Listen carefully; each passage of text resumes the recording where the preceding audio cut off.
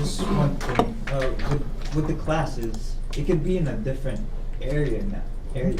It could be in a different file. Header, Yeah. right? Yeah, I'm going to talk about that today. We're going to talk about how to actually split apart the class declaration and the class implementation. So like, where this function here for set values would actually be in a different file than where the class is. Where are we? Are you gonna put this PowerPoint? Yeah, I can put this up on Zoom.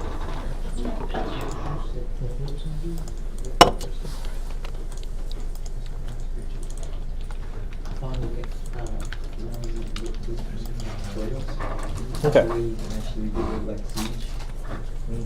Where were we? Here. So let's just resume here. Just talking more. Keep in mind, again, the difference between a class and an object. You can have multiple objects that are using the same class. So in this example, there's a class called rectangle. There are two objects, one called rect and one called rectb. Those each have their own data. They have their own memory allocated for the member variables for width and height. So whenever you create a rectangle, it comes with its own width and height. Pretty straightforward. So you can just find different values for their area.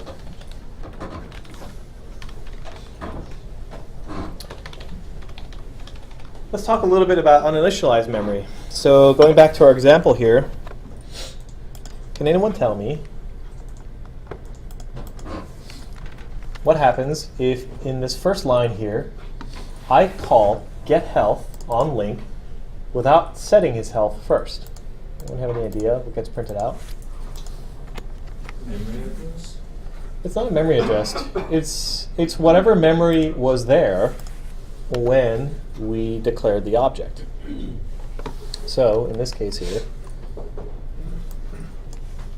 just so happens to be that regular link's health is 0.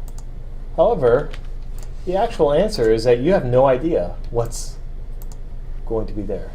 So if I don't actually declare this health, the answer is undetermined. You don't actually know what the answer is. And it broke. No, it's fine. It's because breakpoint.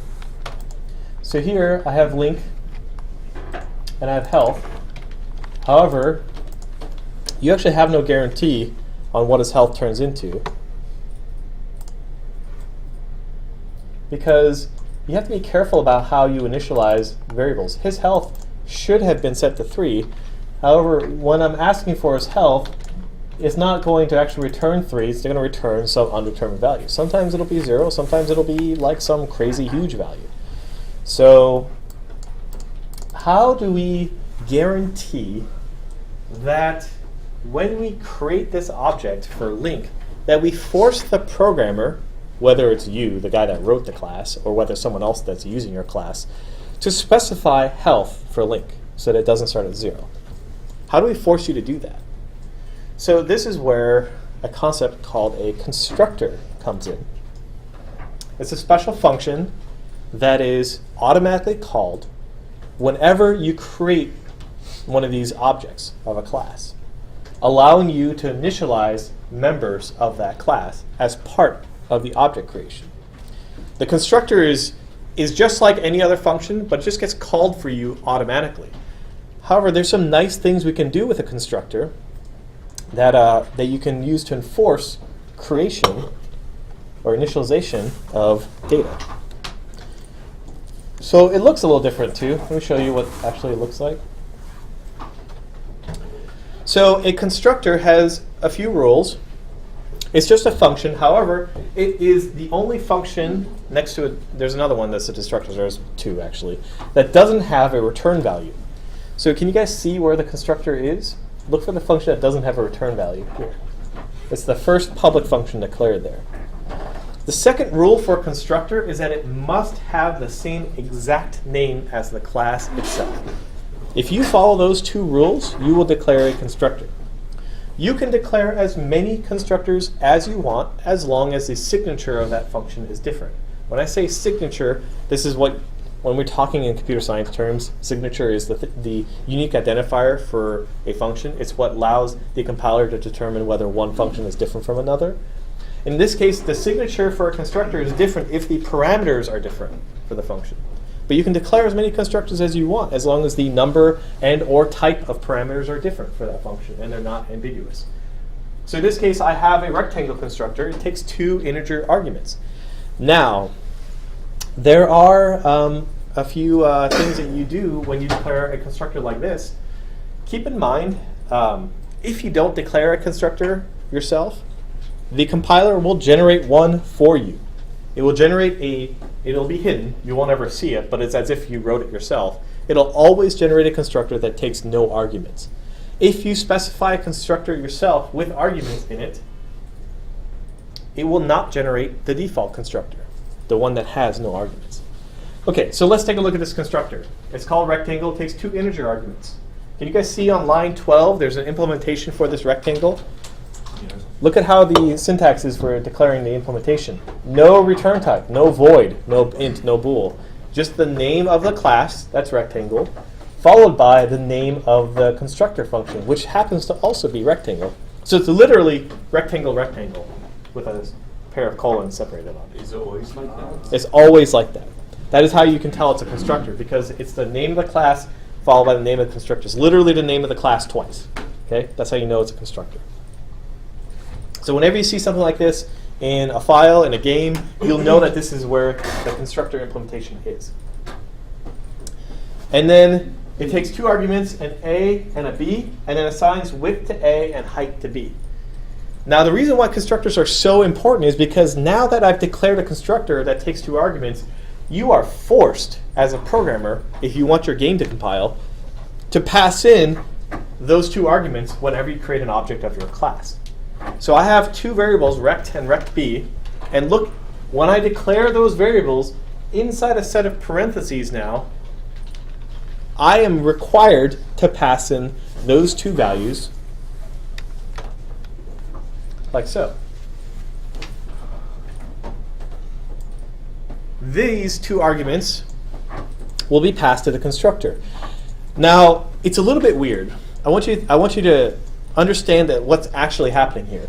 You can never actually call the constructor function yourself. There is no way to call the constructor function yourself. It just doesn't happen. What does happen is that the compiler, when it's figuring out that, oh, I'm trying to initialize this object with these values, when your program runs, the constructor will be called for you when the object is created. It's effectively the same as you calling the constructor, but realize that you can never call the constructor again after the object's been created. A constructor is only called once per object, okay? And only once. You can't invoke it again.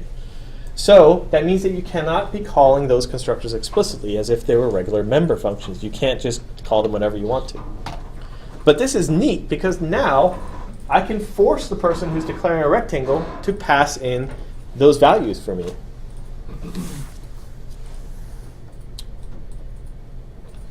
So look here, there is no more function for set values in rectangle. So here, back in the other implementation, you guys see there was a function called set values, which set width and height. And I had to call that function after I declared the object. But now I don't have to because I have a constructor here. So let's go back to our link example here. So I'm going to make a constructor for link, like so. And I'm going to force you to pass in starting health. Okay. This is my constructor. Notice it has the same name as my class. Yes. Go down here. It's going to be link, : link, and then whatever parameters I wanted. And I can access my private member variable health. This function, this constructor, can access any of the members that live inside the link class, which I only have one data member, which is health. Watch what happens when I finish this implementation here. Let's go down here. Do you guys see I have 2 errors now Yes. for link, my link and channel link? Remember what I said. By creating a constructor that takes an argument, you are forcing whoever uses your class to pass in that health value, in our case, when they're creating the objects. So I'm not actually allowed to just have a line like this where I create a variable called myLink. I have to actually pass in what health I want them to start as. So in here, I'm going to tell him to start at 3. And the way you do that is when you declare the variable, inside a set of parentheses, you declare all the arguments that you want to pass in, just like what we did for the rectangle here. It looks like this if you have multiple arguments. The type, the class name, then the object name, and then whatever arguments you want to pass in. So I have to do that for shadow link as well. What this actually means is also I don't need the set health function anymore. At least in our case we don't. So I'm going to take all this code from set health, I'm going to put it inside my constructor instead. I'm going to delete this function completely.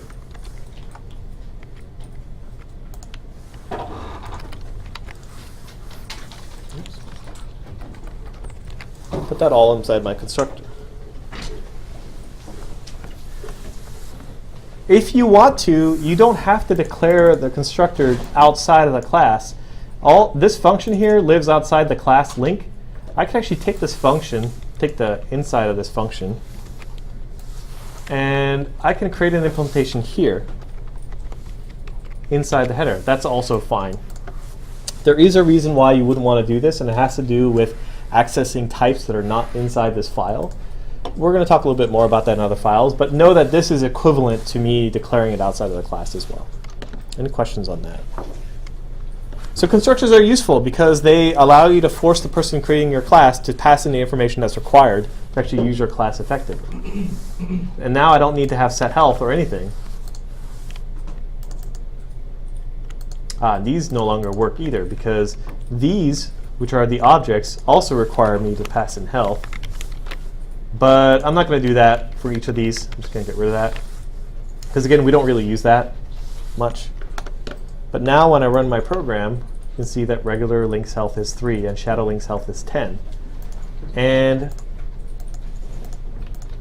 that was me passing it in. I literally am not doing anything except for passing it in when I create the object. You are no longer allowed to create an object like this without specifying the health by default. You put in big number, but shadow links came out as 10? Right, because in the constructor, I added that code for comparing if their health was less than 10 or greater than 10. And this is what a constructor is just a function like anything else. It just gets called automatically for you. Okay. So now I can clamp it so it doesn't go outside of bounds of what I want.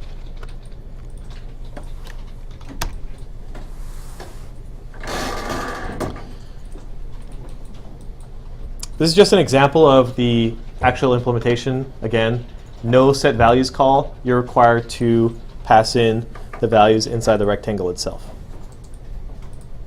Okay, now remember I said you can declare as many constructors as you want. Well, it turns out you can also declare a constructor that doesn't take arguments if you don't want it to. Here's an example of a rectangle that has 2 constructors. One that takes 0 arguments and another that takes 2 arguments. Look at the case that we have no arguments. In this case, you have no A or B passed in, so width and height are just being set to some initial value. So we can do the same thing. This is called the default constructor. When you have a constructor that takes no arguments, that's just called the default constructor, something that has a set of empty parentheses.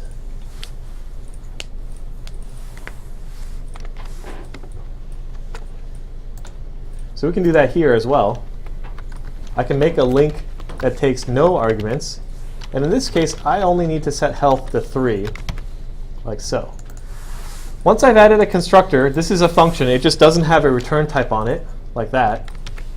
It just literally is the name. This version of the constructor will get called for anyone that initializes an object without arguments. So now that I've declared a default constructor that takes no arguments, I can create a link right here, and now I can compile it, but now health is set to some reasonable value, which is going to be 3, even though, you can see regular link's health is 3, even though I didn't pass it in into his health by default.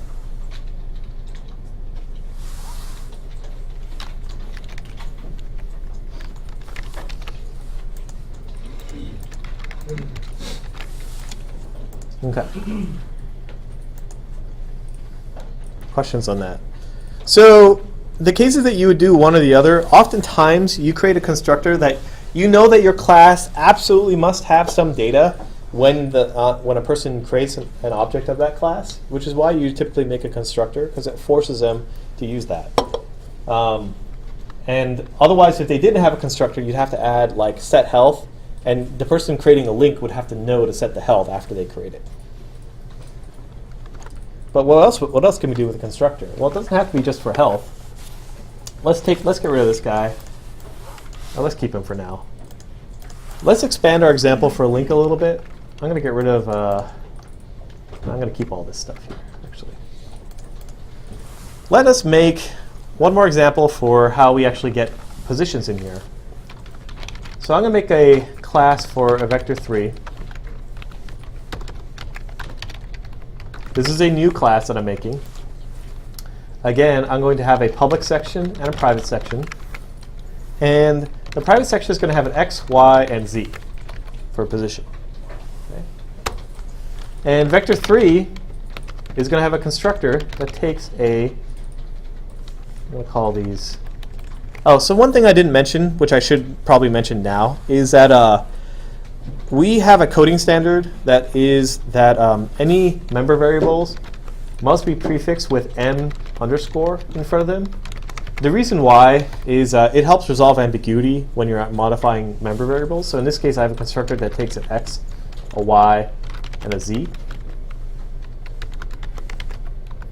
In this case, I can set mx equal to x, my equal to y, mz equal to z. You can see which of these are member variables and which of these are the function variables here by prefixing them with m, x, and u. And that's something you do? That's something that our whole team does. It's a coding standard to give a prefix notation to specify member variables, so that you can just distinguish them. When you're reading a function, oh, this is a member variable. Like I can just see it in the code here. And it also helps to see, like you don't have to do this. You can keep it like this. But now, this is a little bit ambiguous. This will do the right thing. I'm trying to remember exactly the order of operations here. I think for L values, it accepts the member variables first. I think it takes arguments in the function for the right-hand side of these operations and the member variables for the left-hand side. It favors those. But like, it's kind of ambiguous, so this is a lot better to use. And then you can create functions like this function called x, which literally just return mx.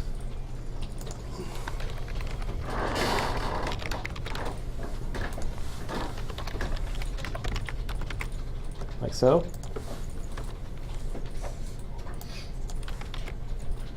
Call it get x, get y.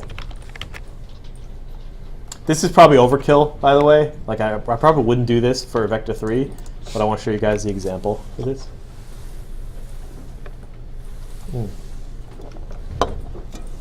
So now I'm going to have a vector3 for position.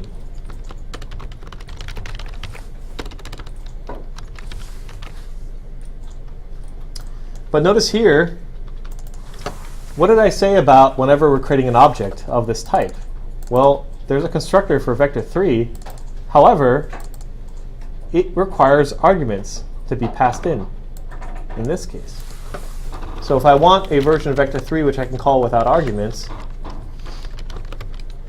I have to implement it here. So here's an example of a vector3 class that has two constructors as well, one that lets me specify x, y, and z, and another one that specifies x, y, and z to be 0 when it starts. And now I can have a position here. And the reason why this is important is that I can also ask for vector3 for starting position as part of my constructor. So now, again, this gives me a compiler error because now I need to specify starting health and position. So as you're writing your constructor, you can add more arguments to it to force the person who's using it to pass in a starting position.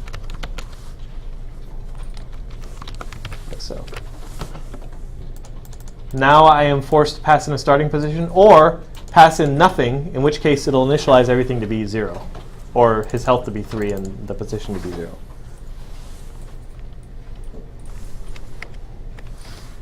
We'll have to set his. So. Okay. And that's why in this case we have two constructors. We have a rectangle that takes no arguments, and this one that takes 2 arguments. Because when you declare an object, you sometimes don't actually want to specify these values.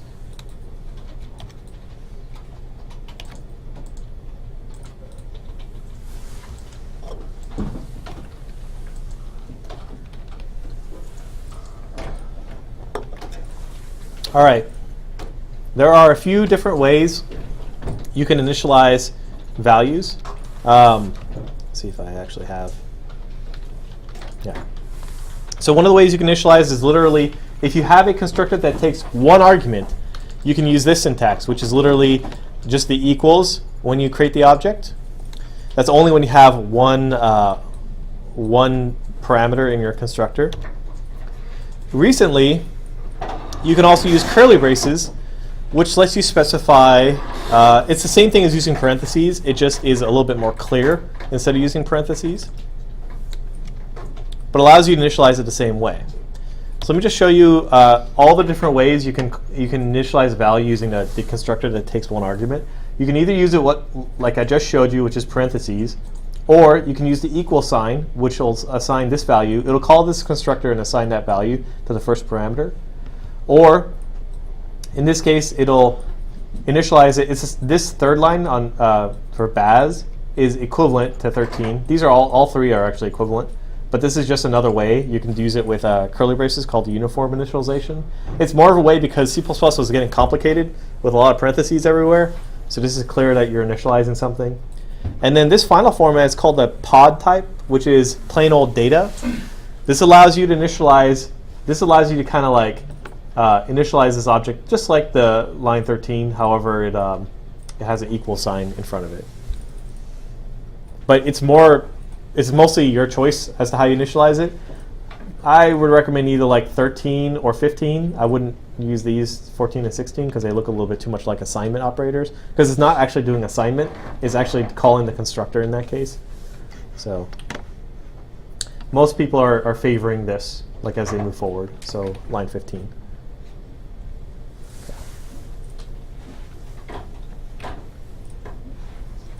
Okay. So when you're creating a constructor, and by the way, I'm spending so much time on constructors because they're integral to like every class you write. Like every class you write is going to have a constructor most likely of some sort. And there's so many different ways to use them, and they're all different modifications on them on the same thing. One of the modifications you can make is how you take the arguments that are passed into the constructor and apply them to your member variables.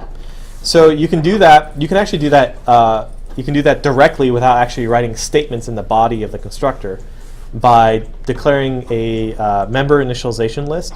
So here's an example of what that member initialization list looks like. You can write your constructor with your arguments. This is what it normally looks like with width equals x and height equals y. But instead of doing this, you can actually put a colon and specify initialization list like this. And you don't actually have to put that in a statement. Or you can do it like this and have no statement at all. Let me show you what that looks like here. For instance, inside my vector 3, I don't actually have to have these 3 lines of code here. I can actually put a colon and then pass an x this way and then separate everything with commas like so, and that's the same result. The member initialization list is it is a little bit more reliable because the order of operations is that the constructor will get called, and as part of that constructor call, it will call these member initializations before it runs any statements here. So any of these statements here. And this gets important when you start getting into inheritance, which is you're going to have multiple constructors called. However, for today, all I want you guys to know is that this list, you can initialize my member variables, mx, my, and mz, by putting a colon after the constructor declaration, and then separated by a list of commas, each member by itself. The normal syntax we do when we use member initialization lists is something that looks like this, because white space doesn't matter. Is we'll put them here on separate lines like this. So if you see some code written like this, that's what it's doing. This right here is equivalent doing that. Okay? Those are the same, effectively, until you get into inheritance.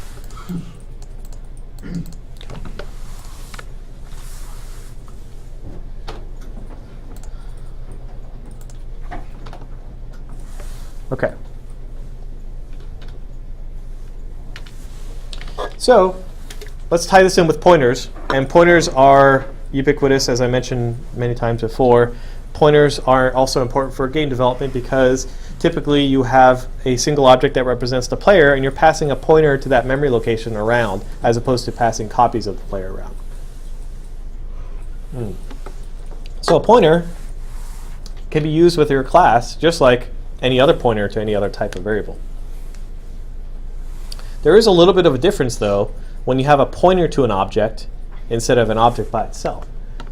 When you want to access the members of that object, for instance here, I have link's health that I'm printing out.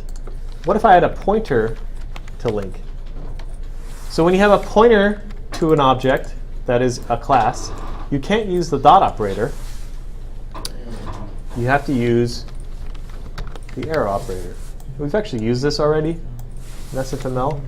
The arrow operator is actually, so these two things, this is actually just a shortcut way of doing a dereference of my link and then dot get health.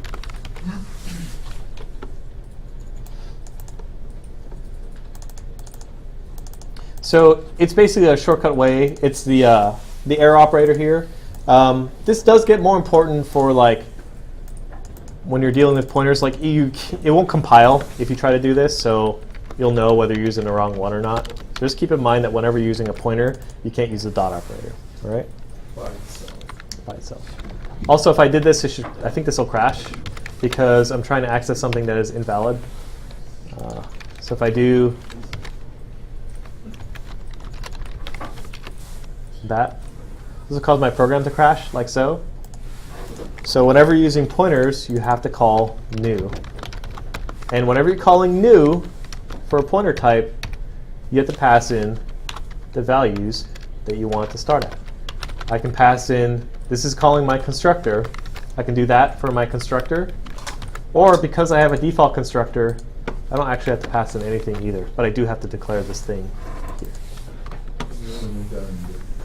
And then when you're done, you delete it. Yep.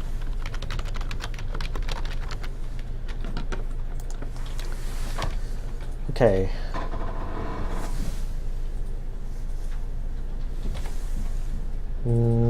This is going over pointers. I'm going to skip over that for now. This is a good review. So these are all the different operators you can use when you're dealing with a variable of type, of any type, really. However, some of them will return something valid, and some of them will return something invalid. So this is something that is you're just going to have to kind of like learn and like use and practice over time. But I will go over this briefly so that you guys have a like kind of a review of what these things do. The first example is an asterisk. Oh, this doesn't even cover all the things, but I will talk about them. An asterisk in front of a variable. This is called the dereference operator. If you go back to the lesson about pointers, you'll remember that this means get me the value that is stored at this address. So it means I have a variable that's a pointer called x, and I want to get not the memory address of what that pointer is pointing to, but the value that's stored at that memory address. You put an asterisk in front of it. If you want to get the address of x, you put an ampersand in front of it. The dot and the arrow operator get access to members of x. However, the dot operator is typically used for non-pointer objects, and the arrow operator is used for pointer objects. And then again, if you dereference it first and then use the dot operator, they're equivalent to using the arrow operator first. And then you have the array access operators.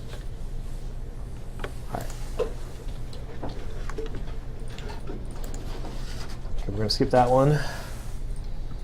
Let's see. Okay, let's do a quick review. So, these are actually review questions from the book, so I'm going to go over them anyway with everyone. What purpose do classes serve? Data encapsulation, providing a convenient way of modeling real-world objects, and simplifying code reuse. The answer is going to be D here.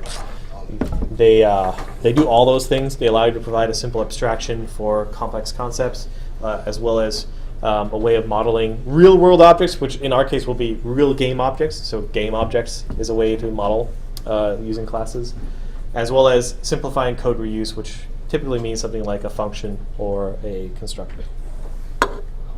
There are 3 types of protection access modifiers you have in classes. I mentioned which one of these things is not part of them. We know about private and public for sure. B. Hidden is not a keyword in C++. Okay. There is one other thing which I want to talk about now that we're here. We talked about constructors being a automatically called functions. There's yet one more function gets automatically called for you, which is kind of the antithesis of a constructor, which is called the destructor. And the destructor is very similar to a constructor in that it has no return type, and it gets called for you automatically. However, it gets called when that object gets destroyed, and that's the difference. So a destructor looks exactly like a constructor, however, you put a little tilde symbol in front of it, and now I've declared a destructor. A standard destructor is generated for you, however, it does nothing. A destructor is a place to do any kind of cleanup work. For instance, if you had called a new inside of your class at some point to own some memory, a destructor would be a perfect place to call delete. For instance, if I have a pointer, I'm just going to use this as an example. I have a pointer to an int. My dumb int. A pointer to an int. Inside my constructor here,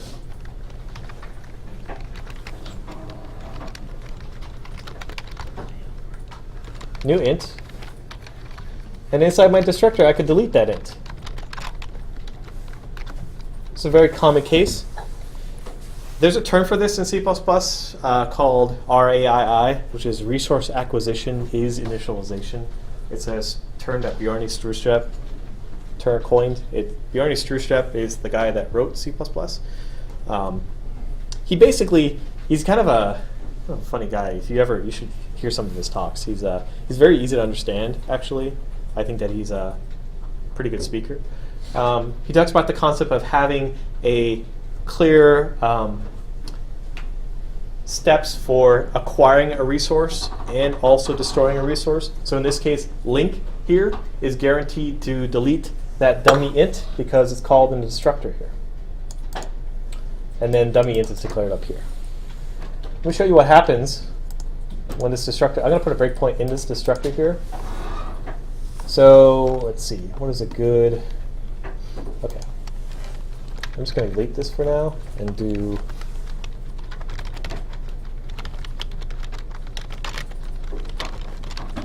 this is a good test. We have 2 objects, right? Breakpoint here. When do you guys think the destructor for my link is going to get called? What line? 106 when it gets deleted. What about the destructor for shadow link? When does that get called? Remember? It always will get called. What's that? When the program closes. When the scope for this variable goes out. So yeah, effectively when the program closes, but when this line is hit. Let me show you that. I put a breakpoint in the destructor, so you're going to see this hit twice.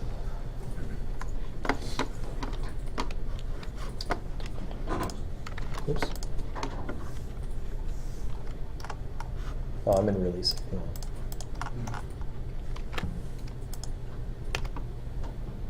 Okay. So if I double click on the line of code, right here you guys see the little arrow? That's where the first destructor is called. Hit F5 again. And the second destructor is going to get called. I have this input here. And the second destructor got called. Look at where that arrow is right here at the end. What about if I do this. When does that second destructor get called? When does the shadow link destructor get called? 105. It'll get called. I'll put a breakpoint here. Actually, I already got called. This is unfortunate. Let me move this line of code because it happens to be at the same spot.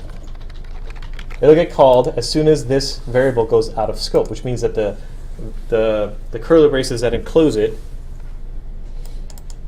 are closed. So here, the arrow looks like it's at 108, but the variable actually got destroyed because 105 finished, and then we're on the next lines of code. But shadow link is actually already destroyed by this point.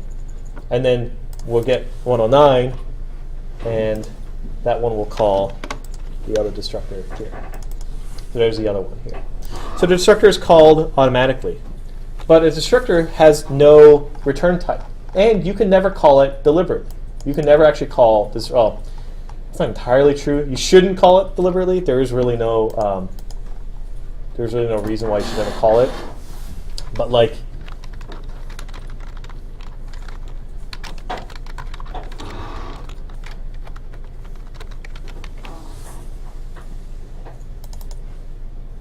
what's this? You should never do that. You don't. There's no reason to do that, really. The object will get its destructor called automatically when that object gets cleaned up. But that is one difference in the rule between a constructor and a destructor.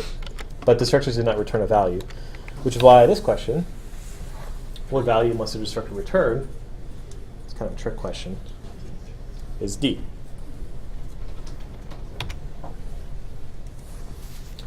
Can anyone tell me, Bless you. let's see, which of these is a valid class declaration? There's only one.